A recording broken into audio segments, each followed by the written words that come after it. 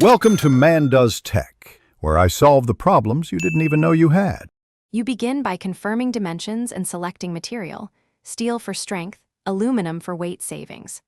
Once done, lay out component positions precisely, because holes misaligned ruin fit.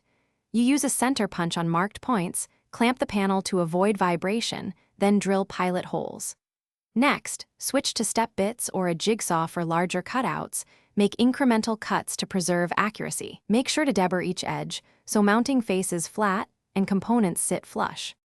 You now secure hardware. Attach standoffs or DIN rails, verify alignment, then fasten with proper torque to avoid warping. Once mounted, route wiring logically. Group power, control, and signal cables, leaving 1 to 2 inches of service loop near terminals. Crimp ferrules on stranded conductors, strip to specified length and tighten terminal screws evenly. Make sure to connect protective earth first, then neutral, and finally positive feeds. This reduces fault risk and eases initial power-up checks. You finish by fitting the cover, compression glands, and any gaskets to maintain ingress protection. Verify the lid closes without binding. Once closed, perform systematic tests: continuity on grounds, insulation resistance between live and earth, then power-up functional checks of each control element.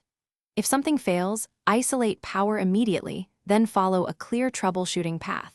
Recheck wiring and torque, compare against the schematic, and replace suspect parts one at a time until resolved. This avoids Thanks for watching. If you found this helpful, don't forget to like and subscribe.